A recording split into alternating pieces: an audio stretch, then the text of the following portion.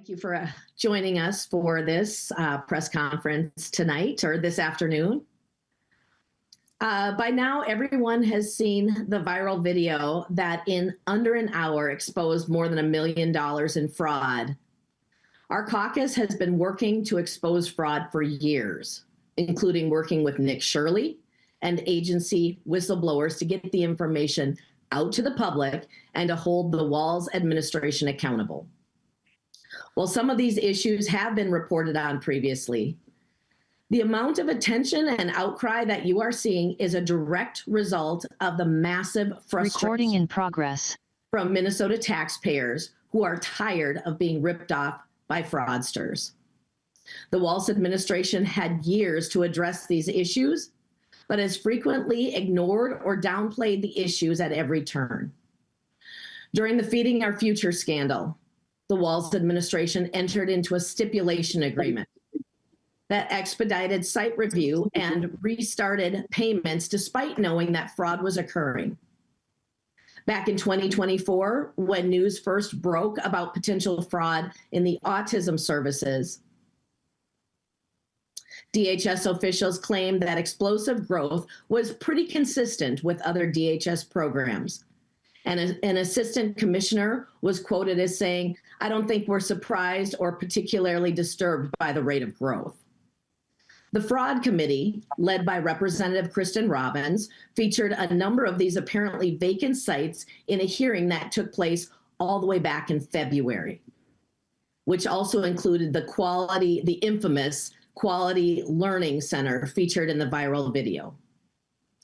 I also want to note that KSTP reported on license violations at some of these sites all the way back in January and noted that, quote, "no children or staff were found at either location."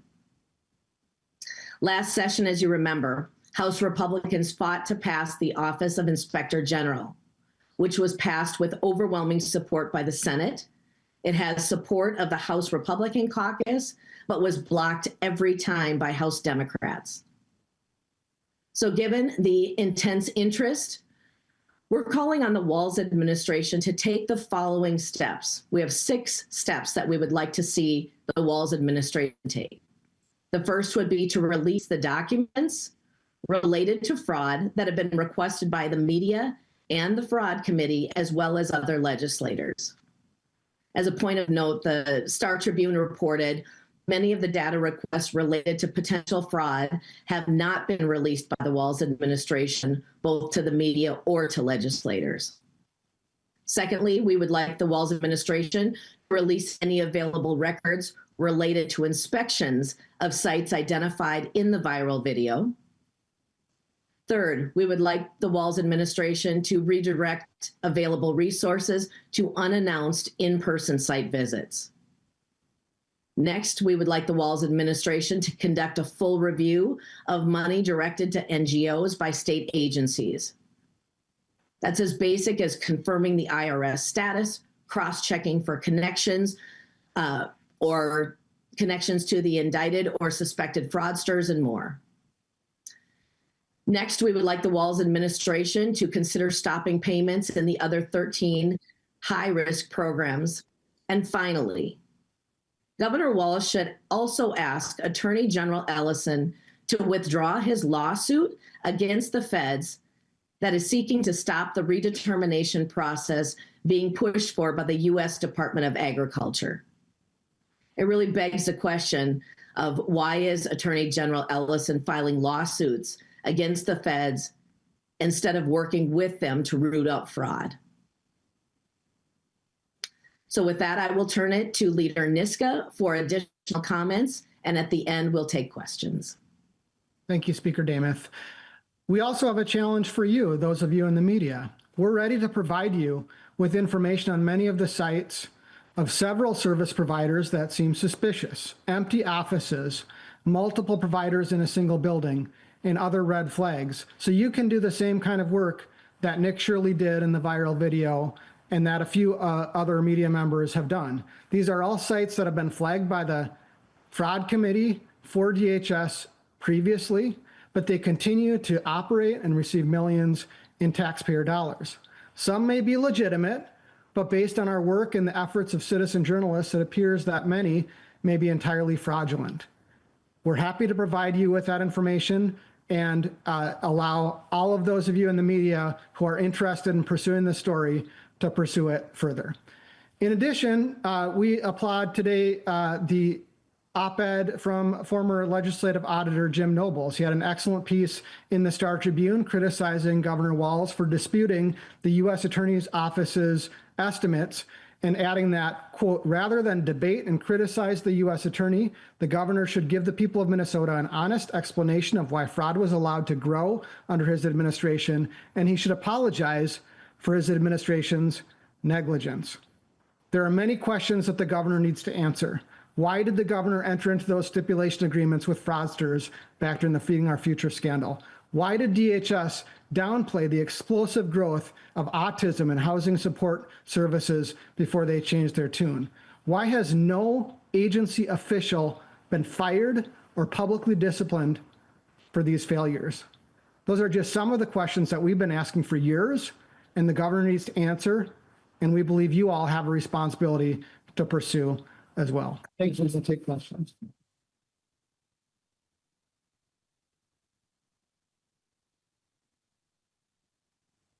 Anyone has questions, you can raise your hand and I'll call on you.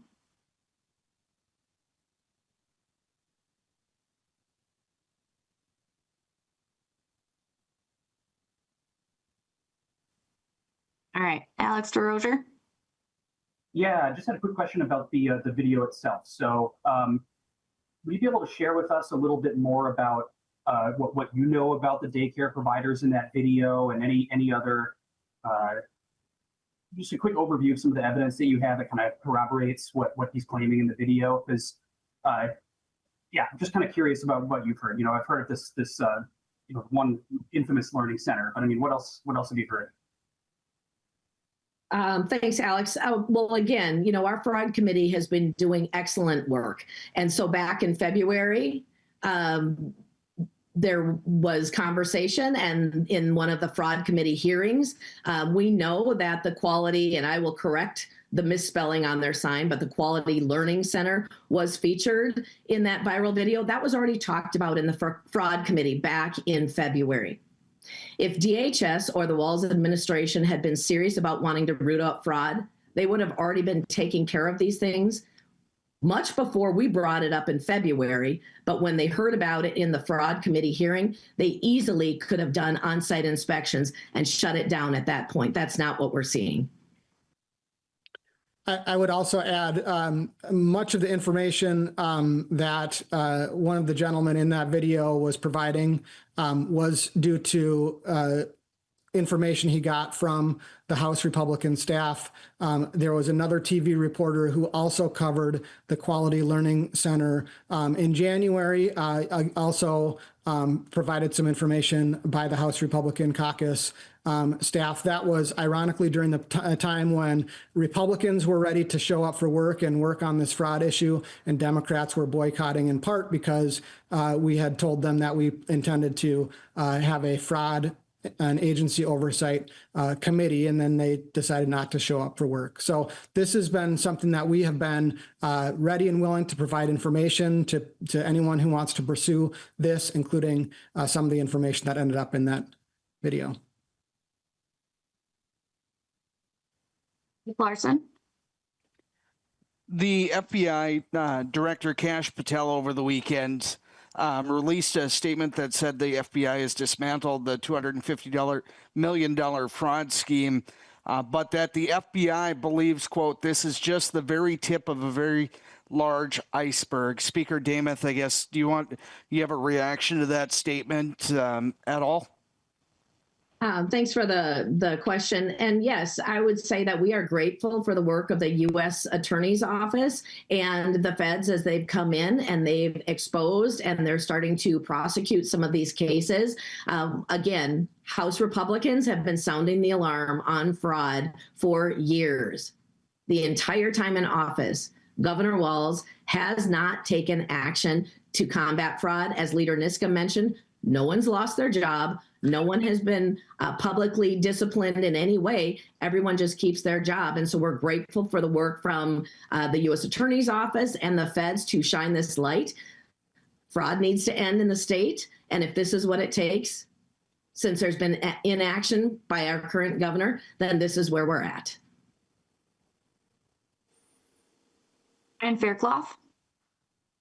Yeah, just a follow-up for Leader Niska. What exact information did you all provide? Again, did the House GOP caucus provide?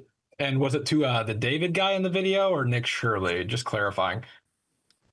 In the video, the 42-minute long video, there is a reference by David to conversations he's had with friends at the Capitol. That was cooperation with staff at the House Republican caucus. Got it. Thank you. And Gorham?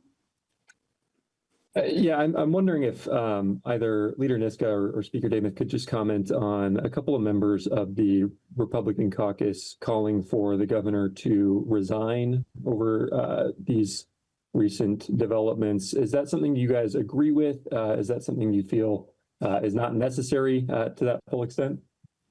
Thanks for the question, Quinn. There's almost $9 billion of suspected fraud. Much of that is actually proven and there's been convictions. To have a governor in his second term that has allowed this to go on under his watch, under his administration for this long, taxpayers are fed up with this. They're frustrated. We've watched our state budget explode. We've watched all of our taxes and fees go up, and Minnesota taxpayers across the state are done with funding fraud here in the state. That's the frustration that we are hearing from across the state, and as you saw in the letter today. I would just add, in any organization, any company, anyone who oversaw the kind of failure that the chief executive of the state has overseen, those in charge would find a way to get rid of that leader. Unfortunately, what we're dealing with in Minnesota is that if Governor Walz resigns, the next person up for the job is the person who has been by his side throughout this entire failed administration as well. So it may ultimately be up to the people of Minnesota to fire Governor Walz at the ballot box in November of 2026. And one other piece that I will definitely add to that, as you saw in the op-ed from Jim Nobles that was referenced by Leader Niska earlier, when there was a pattern of fraud, as we saw in the child care, and then it's gone on through multiple different agencies, Jim Nobles said in that article that all the state needed to do was to implement standard financial controls and oversight. That has not happened. That is why fraud has gone on unchecked for this long, for 7 years. Eric Escala? Madam Speaker, with the 2026 legislature approaching and a tie in the House, what, if anything, have you got planned on this issue in the coming session? Thanks for the question, Eric. This is a top issue for us as we return into session. As I mentioned, the Office of Inspector General was widely supported in the Senate and by House Republicans. That would be something that we could bring forward, but we need solutions. And if the governor isn't going to do it, the legislature will take action immediately to put things into place to stop fraud here in the state. This is top of mind for Minnesotans, top of mind for House Republicans. Any specifics? Any specifics at all? We will have more specifics as they roll out. But as I had mentioned in my earlier comments, even if it's not legislative action, just those top 6 things that we would like to see from the governor starting today, unless he's already gotten it done. Maybe by time this he hears this press conference, he will look at those 6 items of releasing documents, releasing available records, redirecting available resources to the unannounced in-person site visits, conducting a full review of any money that is directed at NGOs, that there's a connection with fraudsters, stopping payments in the 13 high-risk programs, and then, of course, asking or requesting that Attorney General Ellison would focus on fraud and not suing the government. Maybe those things will already take place by the governor, but if not, we are going to be working on many more things to end fraud here in the state when we return in February. Thanks. If I could add two more additional points. House File 2, which Democrats blocked in committee last year, would have a number of very important agency oversight steps. Democrats have been unwilling to do that. We're also gravely concerned that on Wednesday, a new tax is going to be kicked in on every Minnesota employer and employee. That's going into another program that we have seen and has been shown in the fraud committee to be very vulnerable to potential fraud. And so it's going to be a very important topic of conversation in dealing with that new paid family medical leave program as to what fraud controls are going to be put into place. But we're certainly looking at fraud solutions in every area of state government as we go into this next legislative session. It will be one of the most important thing that we work on. Dana Ferguson. Hi, I just had a clarification question for Leader Niska. Leader Niska, you alluded to information that the fraud committee has regarding some of these sites that they were concerned about, and they passed it on to DHS. I wonder if you can talk a little bit more about the information that they provided, and did the members feel like that was sort of taken advantage of by the department? Did they follow up on those reports that were sent over? We could provide that information to you, Dana. The information was not really followed up on by DHS. There's also, I think what you're getting at, as well as some whistleblower tips from whistleblowers who didn't want their information shared with DHS because of their past relationship with DHS and the way that DHS has retaliated against them. So that's part of the concern as well. But we're, as I had mentioned in our earlier comments, we're happy to provide for you any of that background information that you can follow up on. And just that would be information that you would share with us that's already been sent over to DHS? I believe it has all been sent over to DHS. Okay. We can confirm that. Cool. Thank you. Ashley Walker.